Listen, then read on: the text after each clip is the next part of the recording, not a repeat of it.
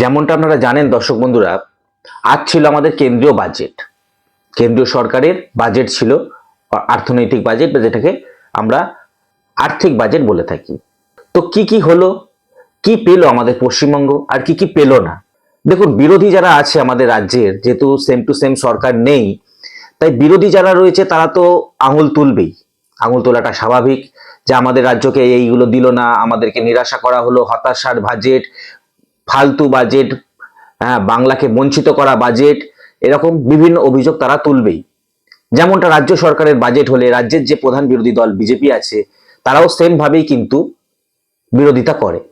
আমরা সাধারণ মানুষ, সাধারণ পশ্চিমবঙ্গবাসী, মধ্যবিত্ত যারা রয়েছেন, তারা কি কি পেল আর কি কি পেল না, কেনই বা পেল না, তার পেছনে কারণটা কি, এই নিয়ে আমাদের রাজ্যে বিরোধী দলনেতা শুভেন্দু অধিকারী কিছু বক্তব্য দিয়েছেন, যেগুলি একদম ফেলে দেওয়ার বক্তব্য নয়। তিনি যে যুক্তিযুক্তগুলো দিয়েছেন তার বক্তব্যের মধ্যে, সেগুলোই আপনাকে আমরা একে একে শোনাবো। প্রথমে শোনাবো যে কি কি পেলাম। বিরোধীরা যে বারবার মানে কোশ্চেন করছে যে বিহার কেন্দ্রিক বাজেট হয়েছে, বা যেহেতু বিহারে ভোট আসছে তাই বিহারকে বেশিটা দিয়েছে, বাংলাকে বঞ্চিত করা হয়েছে, কেনই বা বঞ্চিত করা হয়েছে সেটাও শোনাবো আপনাদেরকে। তো চলুন প্রথমে একে একে বক্তব্যগুলো শুনে নিই। প্রথম বক্তব্যটা শুনি, বাংলা কি কি পেল। অত্যন্ত একটি পপুলার বাজেট হয়েছে, যে বাজেটে বিকশিত ভারতের লক্ষ্য এবং দেশকে বিশ্বের অর্থনৈতিক শক্তিশালী দেশ হিসেবে পরিণত করার সাথে সাথে যেটা দিয়ে মাননীয় অর্থমন্ত্রী শুরু করেছেন, যে এই বাজেট গরিব, যুবক, অন্নদাতা কৃষক এবং নারীদের উদ্দেশ্যে উৎসর্গ করেছেন। অতএব আপনি এই চারটি সেক্টরেই দেখবেন ব্যাপক সামাজিক প্রকল্পগুলো বা তাদের উন্নয়নের জন্য একটা সুনির্দিষ্ট কর্মপরিকল্পনা, চটকদারি নয়, নেওয়া হয়েছে। আমি বিশেষ করে আমি একজন জনপ্রতিনিধি এবং আমি গ্রাসরুটে কাজও করি, সাধারণ মানুষের সঙ্গে প্রত্যক্ষ যোগাযোগ আছে। কতগুলো ভালো জিনিস, যেমন যে সমস্ত সামাজিক প্রকল্প ভারত সরকারের চলছে সেগুলো চালু রেখে জল জীবন মিশন 2028 সাল পর্যন্ত এক্সটেন্ড করা, এটা একটা বড় ঐতিহাসিক পদক্ষেপ। আমি যেহেতু এগ্রিকালচার ব্যাংকের সঙ্গে যুক্ত বা আমাদের এগ্রিকালচার এলাকা থেকে রিপ্রেজেন্ট করি, এখানে কিষাণ ক্রেডিট কার্ডের যে লোন 3 লক্ষ থেকে বাড়িয়ে 5 লক্ষ টাকা করা হয়েছে, এতে কৃষকদের বিরাট উপকার হবে। কারণ আমরা লং টার্ম এবং শর্ট টার্মে নাবার্ডের যে রিফাইন্যান্স লোনগুলো আমাদের এলাকা তো নির্ভর করে সমবায় সমিতি, এসকেইউএস এবং ব্যাংকের, ন্যাশনালাইজ ব্যাংকের উপরে এবং এআরডিবিগুলোর উপরে, যারা লং টার্ম এবং শর্ট টার্মে ঋণ দেন নাবার্ডের রিফাইন্যান্স লোন। এবং এটা অত্যন্ত স্বল্প সুদে ভারত সরকারের সামান্য 2% ইন্টারেস্টে এখানে খুব সাধারণভাবে, সামান্যভাবেই অত্যন্ত অল্প সুদে তারা এই কিষাণ ক্রেডিট কার্ডের লোনের সুযোগ পান। সাথে সাথে আমাদের বিশেষ করে 12 লক্ষ টাকা পর্যন্ত ইনকাম ট্যাক্স ছাড়, এটা তো ব্যাপকভাবে মধ্যবিত্ত এবং নিম্ন মধ্যবিত্ত তারা অত্যন্তভাবে আনন্দিত হয়েছেন। এবং এক্ষেত্রে আপনারা মিডিয়াতে যারা কাজ করেন, প্রিন্ট মিডিয়া, ইলেকট্রনিক্স মিডিয়া, আমার মনে হয় এই 12 লক্ষ টাকা পর্যন্ত ছাড়ের ক্ষেত্রে বছরে তারাও অনেকে এটাতে সরাসরি উপকৃত হবে। আপনি যদি চুলচেরা বিশ্লেষণ করে দেখেন, তাহলে 12 লক্ষ টাকা যে ইনকাম গ্রুপ, তাদের ইয়ারলি বেনিফিট হচ্ছে 80,000 থেকে 1,20,000 টাকা এক বছরে। অর্থাৎ এই বাজেটকে ওয়েলকাম করা ছাড়া অন্য কোনো কারণ নেই। এবং লোকের এখন যে ব্যবহার্য জিনিসপত্রগুলোর মধ্যে দুটো জিনিস তো অত্যন্ত আনন্দের। একটা হচ্ছে জীবনদায়ী ওষুধের উপর থেকে শুল্ক প্রত্যাহার করা, 36টি জীবনদায়ী ওষুধ, এবং প্রত্যেকটা ডিস্ট্রিক্ট হসপিটালে ক্যান্সারের চিকিৎসা চালু করা, আর সাথে সাথে মোবাইল ফোনের দামও কমিয়ে দেওয়া। কারণ আজকে পেটিএমের যুগে আপনার বা ডিবিটির যুগে আমরা পেটিএম মোবাইলে ইউজ করি, এবং ডাইরেক্ট বেনিফিট ট্রান্সফার সরকারের থ্রু মোবাইল ফোন হয়। সেক্ষেত্রে একেবারে প্রান্তিক মানুষের কাছে মোবাইল ফোন কেনা, তার সার্ভিসিং করা, এসবের ক্ষেত্রে খুব গুরুত্বপূর্ণ। এইসব কতগুলো জিনিস হয়েছে যেখানে ভারতবর্ষের কৃষক থেকে শুরু করে সাধারণ মানুষ এবং মধ্যবিত্ত, নিম্ন মধ্যবিত্ত, তারা সরাসরি এই বাজেটে উপকৃত হয়েছে। তো শুনলেন দর্শক বন্ধুরা, আমাদের রাজ্যে বিরোধী দলের নেতা শুভেন্দু অধিকারী বাংলায় কি কি উপকৃত হবে, বাংলার মহিলারা কি কি পেয়েছেন, বা কৃষক বন্ধুরা কি কি সাহায্য পাবেন, তার বিস্তার বিবরণী তিনি বললেন।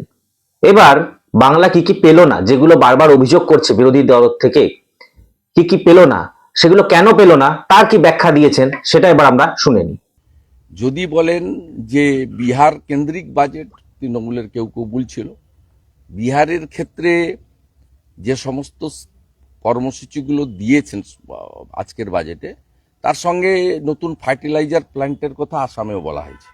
এখানে সমস্যাটা হচ্ছে যে আপনি বিহারে 4টে নতুন এয়ারপোর্টের কথা বলা হয়েছে, তা আপনাকে কলকাতায় এয়ারপোর্টের জন্য নতুন এয়ারপোর্টের জমি চাওয়া হয়েছিল।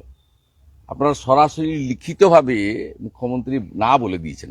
জ্যোতিরাদিত্য সিন্ধিয়া যখন মুখ্যমন্ত্রী ছিলেন, ভাঙড় এলাকাতে আরেকটি নতুন এয়ারপোর্টের জন্য আপনাকে বাগডোগরা এক্সপেনশনের জমি চাওয়া হয়েছে, আপনি না বলে দিয়েছেন।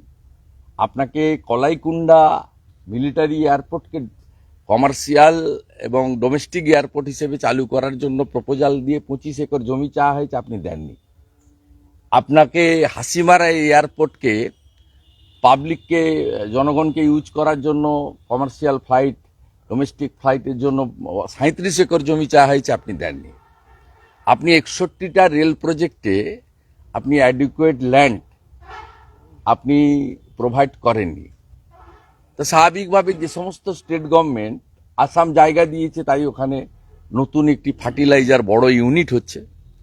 Eastern reason, north eastern reason সরাসরি কৃষকরা উপকৃত হবে। ফার্টিলাইজারেও প্রচুর সাবসিডির কথা ঘোষণা করা হয়েছে।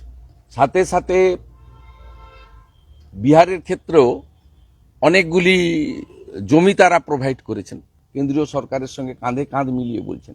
এবং আপনি এক্ষেত্রে দেখবেন আজকে যে নতুন একটি স্কিম কৃষকদের জন্য দেওয়া হয়েছে, আপনার কৃষকদের যে নতুন একটি স্কিম দেওয়া হয়েছে, সেই স্কিমে 100টি জেলা যেখানে প্রপারলি মানে কৃষি উৎপাদন হয় না, বিক্রিও হয় না।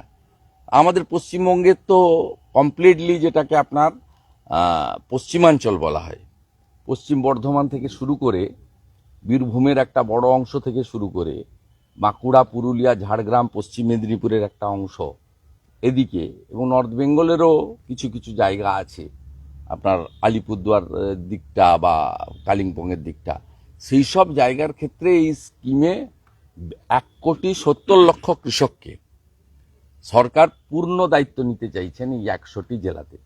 আপনি দেখবেন যেহেতু এই স্কিমটা আয়ুষ্মান ভারতের মতো, প্রধানমন্ত্রী ফসল বীমা যোজনার মতো, প্রধানমন্ত্রী আবাস যোজনার মতো, সেক্ষেত্রে বিশ্বকর্মা যোজনার মতো, পশ্চিমবঙ্গ সরকার তার স্বভাবসিদ্ধ ভঙ্গিতে এই স্কিমে তারা অন্তর্ভুক্ত হবে না, যেহেতু ভারত সরকার বা প্রধানমন্ত্রীর এক্ষেত্রে একটা বড় কন্ট্রিবিউশন বা রোল থাকবে, ক্রেডিট সেন্ট্রাল গভর্নমেন্টে চলে যাবে।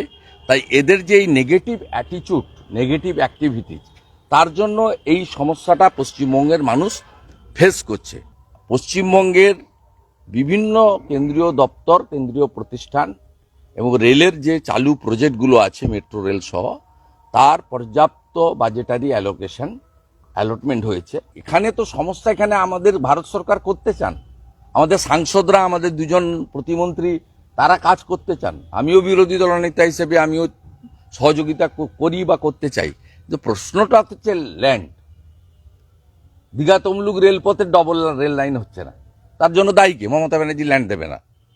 নন্দকুমার থেকে বলাইপন্ডা হয়ে আপনার যে বালিচক রেলের এক্সটেনশন করতে চাইছে, জমি দেবে না মমতা ব্যানার্জি। জমি দেবে, কৃষকরা রেডি আছে জমি দেওয়ার, উপযুক্ত মূল্য পেলে। জমি দেবেন না। নন্দীগ্রাম রেল প্রজেক্টে দ্রুত কাজ চলছে, সেখানেও দেখবেন 74 একর জমি পেয়েছি আমরা আগে, 6 একর জমি এখনো পাওয়া যায়নি। বাকি কাজ পুরো দমে চলছে। 200 কোটি টাকার বেশি অ্যালটমেন্ট হয়েছে, আরো 300 কোটি টাকা অ্যালটমেন্ট হয়েছে, কাজ পুরো দমে চলছে, ফুল স্পিডে কাজ চলছে। আপনি পাঁশকুড়া থেকে ঘাটাল হয়ে ইড়পালা জমি দেবেন না, হিলি রেল প্রজেক্টে জমি দেবেন না, আপনি ভাদুতলা হয়ে লালগড় রেল প্রজেক্টে জমি দেবেন না, এরকম 61টা রেল প্রজেক্টে রয়েছে, জমি দেবেন না। আপনাকে কিন্তু বলছি, আপনি জমি দেবেন না, আপনি এখানে জমি দেবেন না। জমি তো ল্যান্ড অ্যাকুইজিশন অ্যাক্ট তো কালেক্টর ডিএম এর হাতে, এবং এই ডিএমরা কন্ট্রোল বাই এই পূর্ণেন্দু মাইতির ঘাড়ে মাথা আছে যে মুখ্যমন্ত্রীর নির্দেশের বাইরে যায়। আপনি আমার জেলা বা আপনাদের জেলা নিয়ে বলুন না। এই মন্দারমণিতে এনজিটির কি একটা নোটিশ করেছিল, তাতেই ওকে গর্তে ঢুকিয়ে দিয়েছে। তৃণমূলকে পরামর্শ করব যে অন্য রাজ্যগুলোকে দেখে শিখুন।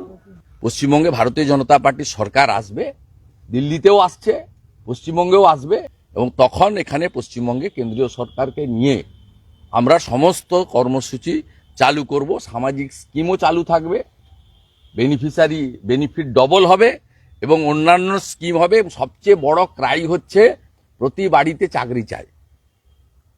গুজরাটের মতো শিল্প এবং কর্মসংস্থান পশ্চিমবঙ্গের মানুষরা চায়। অর্থাৎ সেই কাজ যদি করতে হয়, ডবল ইঞ্জিন ছাড়া অন্য কোনো ইঞ্জিন চলবে না। তো শুনলেন দর্শক বন্ধুরা আমাদের রাজ্যে বিরোধী দলনেতা শুভেন্দু অধিকারীর বক্তব্যগুলি। উঠে আসছে নানা প্রশ্ন, উঠে আসছে নানা যুক্তি। বিহারে না হয় সামনে ভোট, কিন্তু আসামে তো ভোট নয়, তাহলে আসাম কেন বাংলার থেকে অনেকটা এগিয়ে গেল? বাংলা কেন পেল না? সমস্যা হচ্ছে অন্য জায়গায়, জমি দেওয়া। জমিটা তো রাজ্য সরকারের হাতে। এখন এই জমি যদি রাজ্য সরকার ঠিক মতন কেন্দ্রীয় সরকারকে না অ্যানাউন্স করে বা না পৌঁছে দেয় যে আমার এই জমিটা রয়েছে, এই জমির উপরে আপনি কি প্রজেক্ট করবেন করুন, এরকম ভাবে জমি সাহায্য যদি না করে, তাহলে কিভাবে সাহায্য করবে কেন্দ্রীয় সরকার? কেন্দ্রীয় সরকারের তো এখতিয়ার নেই যে জমিটা ডাইরেক্ট কিনে নেওয়া। কেন্দ্রীয় সরকার চাইছে কিনতে, পয়সা দিচ্ছে রাজ্যকে, কিন্তু পয়সা রাজ্য সরকার নিতে চাইছে না। বকলমে রাজ্য সরকারের কাছে পয়সা আসতে চাইছে, কিন্তু সেটা রাজ্য সরকার সঠিক জায়গাটা দিচ্ছে না পয়সাটা আসার মতো। তো এই হচ্ছে আমাদের অবস্থা। পশ্চিমবঙ্গবাসী হিসেবে আমরাও নিরাশ যে এত কিছু সাহায্য আমরা পেতাম, কিন্তু সেই জায়গাটা পেলাম না। জানি না ভবিষ্যতে কি হবে। সেম টু সেম সরকার হলে আমরা আদৌ পাবো কি পাবো না। তবে অন্যান্য স্টেট যেগুলো আছে, গুজরাট বলুন বা আসাম বলুন বা ইউপি বলুন, যেভাবে এগিয়ে চলেছে, আমাদের স্টেট অনেক পিছিয়ে রয়েছে। পরবর্তী দিনে কি হয় এটাই দেখা যাক। যদি ভবিষ্যতে সরকারের পরিবর্তন হয়, কারণ কোনো কিছুই স্থিতিশীল নয়, সবকিছুই পরিবর্তনশীল, আমরা সবাই সেটা জানি। যদি সরকারের কোনো পরিবর্তন ঘটে, তাহলে আমরা কি কি উপকৃত হব সেটা ভবিষ্যতেই বলবে।